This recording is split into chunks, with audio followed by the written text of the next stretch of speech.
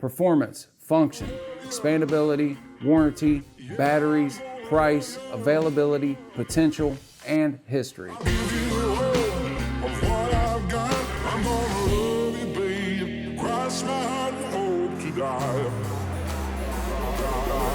Those are my 9 criteria for choosing a cordless tool brand. And as you see here, I have majority Milwaukee cordless tools in front of me. So my decision's pretty much already been made.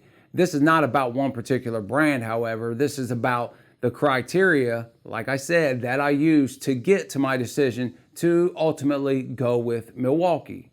If you're new here, my name is Brian, and on this channel, I do like to do tool reviews, projects, tips, tricks, and more. So if you're in that type of thing, subscribe below, hit the bell so you can get notified whenever I upload a video or go live, because YouTube does not notify you in all cases whenever I upload a video. And if you're already subscribed, go ahead and hit the bell as well so you can get notified, because I got a lot of good content coming up. You ain't gonna wanna miss it, I guarantee it. And we'll go ahead and dig a little bit more into these, and these are in order. These are how I feel from the bottom to the top, what's most important to me. But we'll go ahead and work our way up. History. What do I mean by history? History is the tool company. How long has the tool company been around? What is their reputation? Are they known for making quality tools? Are they just somebody that's just trying to get in here, make a few dollars, sell some off-brand tool from China or wherever they're getting it from, and they don't care about quality or anything else? So history is important to me, and that's why I do like to stick to the big names when it comes to cordless tools. Milwaukee, Dewalt. Now there are some other good options. There's Ridgid, Craftsman, Ryobi. I mean, there's a whole bunch of different cordless tool brands that you can choose from. Hercules, if you like Harbor Freight, Hercules, Snap-on, if you like Snap-on, Matco, Mac Tools.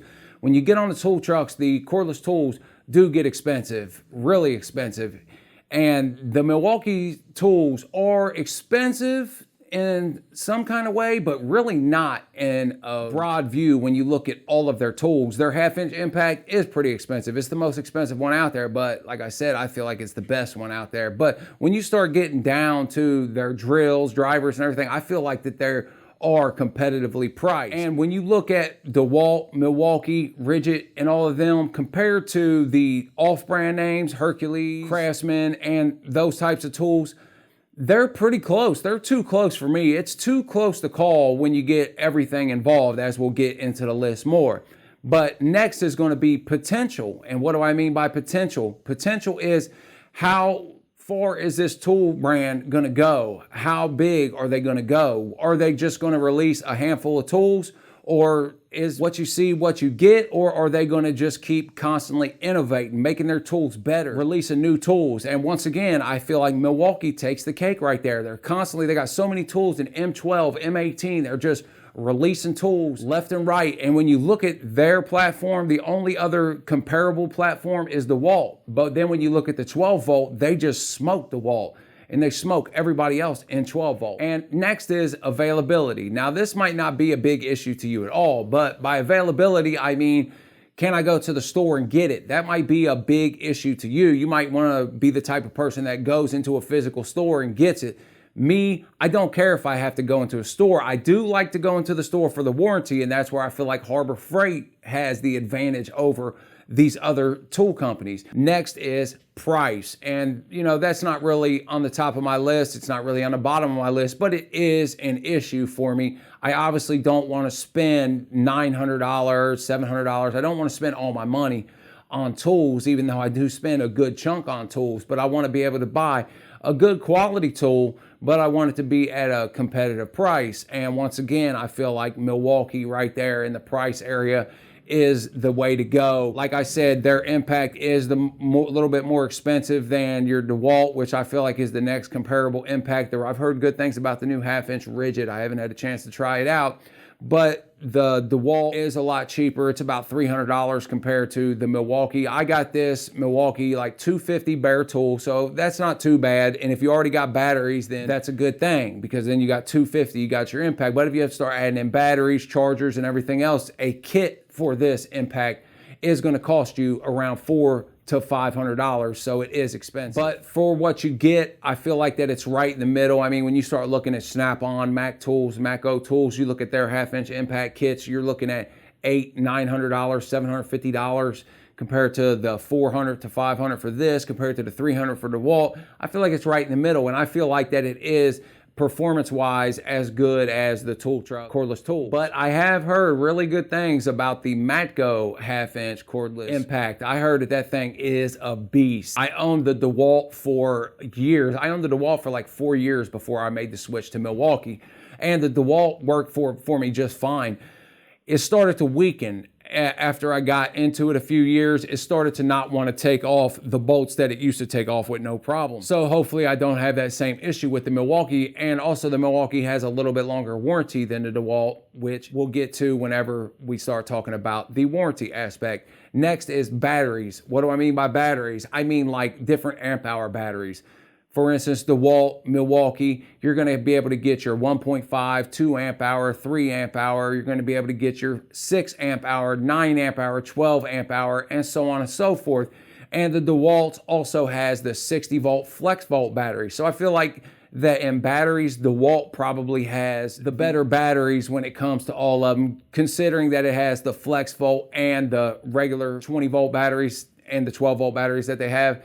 Now, I've done a video where I compared the Milwaukee drill to the DeWalt drill, and I burnt the DeWalt drill up, and a lot of guys were complaining saying, oh, you had the 60 volt battery on there. Of course it's going to burn up. They sell them in kits with the 60 volt battery. They're supposed to be able to be used with the 20 volt tool. So you can't, that argument holds no water. You can't just try to make up excuses for why a tool lost. The tool lost at the time just because the tool lost. That doesn't mean that DeWalt is worse than Milwaukee. It just means that in that situation, the DeWalt burned up on me. It actually, I felt like it was a better drill. It just burned up at the end. But guys will tend to try to make excuses for their favorite tool line, and you know, it is what it is. But next we'll come to the warranty, and as I spoke of before, the Milwaukees do have the longer warranty. They have the 5-year warranty that comes with the tool, and the DeWalts come with a 3-year warranty. The DeWalt's batteries comes with a 3-year warranty, but the Milwaukee batteries come with a 2-year warranty, so there is a difference right there. But as I said before, you do have to send this into a service center, whereas the Harbor Freight, you don't. Now the Harbor Freight batteries though, they're pretty much non-existent. I mean, you're looking at 3 amp hour, they might have a 2 amp hour, I think, and then maybe a 6. I don't know. I don't even know if they have a 6, to be honest with you. I've never really been a big fan of the Harbor Freight cordless tools. A lot of guys are a fan of the Harbor Freight cordless tools. I just feel like that they don't meet hardly any of my criteria that I'm laying out here. Hardly any of them, except for the warranty. I feel like they have the advantage of the warranty, but they also have the disadvantage that you have to pay for that warranty, but they also have the advantage that you can keep renewing that warranty. So it all is tit for tat. It's whatever you like, whatever you prefer. If you like to pay for that warranty over and over again, then go ahead and buy it. I have no problem with it. This is just my list and how I feel about it. But next we're going to come to expandability. And what do I mean by expandability? I mean the amount of tools, like I was saying earlier. I want to be able to buy a battery and just have to buy this $249 bare tool because I already have the batteries. I can just buy bare tools. I don't have to keep buying kits over and over again, or have to, like say for instance with the Hercules, you're into the Hercules line, you've got a few batteries, you've got the drill, the impact driver, now you need a 1/2-inch impact, so now you have to buy the Earthquake, then you got to buy the Earthquake batteries, and then it never ends because their cordless tool line is just too small.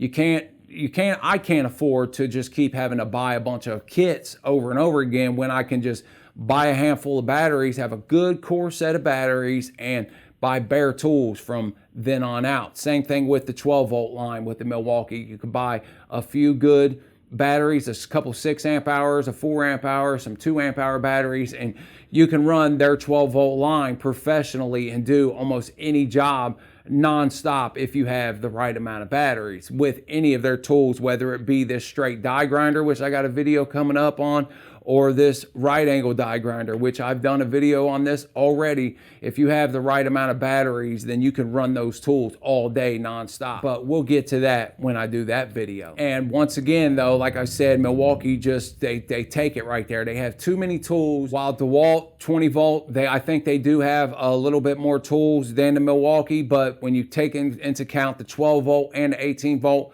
Milwaukee is just crushing it. And next is function. And this is where the DeWalt Milwaukee argument that I made before, because I was a DeWalt fan, I still am a big DeWalt fan. I still have some DeWalt 60 volt tools. But the function, what I mean by that is for what I need it for. I felt like that DeWalt was more geared towards carpenters, and I wanted it for mechanic tools. And I felt like Milwaukee, while they're geared towards electricians, carpenters, and mechanics, I kind of felt like DeWalt wasn't as geared toward mechanics as Milwaukee is. So that was one of the reasons why I made the switch. So that is one of the more important criteria when I was deciding what cordless tool brand I wanted to use. And last but not least, performance. I mean, the tool's got to perform. It's got to be able to last. It's got to be able to make it through the everyday grind of you using your tools. And once again, I feel like Milwaukee takes the cake right there. Now, the Milwaukee tool line is not perfect. It's far from perfect. There are some tools that has some issues, but all the tool lines have issues. I just felt like that with what is available, with the things that I have deemed most important, this tool line fit me the best. So what do you guys think about my list? What did you consider important, or what do you consider important when deciding or have already purchased your cordless tool line? Leave it down in the comments below, and also leave down what your favorite tool line is down below. Like I said, Milwaukee probably is my favorite tool line. I like the colors of it. I like the tools. I like everything about it, all those 9 criteria. And I feel like that if I missed any criteria, it couldn't have been nothing really significant that would have changed my mind. This is just off the top of my head, but I wanted to share my thought process with you when I chose my cordless tool line to maybe help you out in either replacing your cordless tool line like I did, or just getting into a new cordless tool line.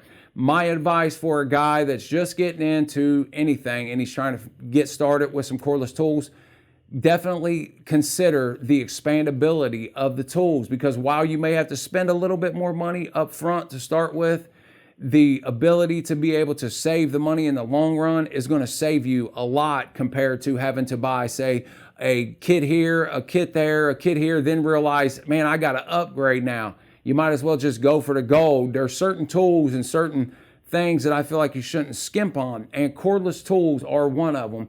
If you're going to get in, you might as well get in with a good brand. Just my take on it, just my opinion. Let me know your thoughts down below. Appreciate you watching. If you haven't subscribed, make sure you subscribe below. Till next time, stay real.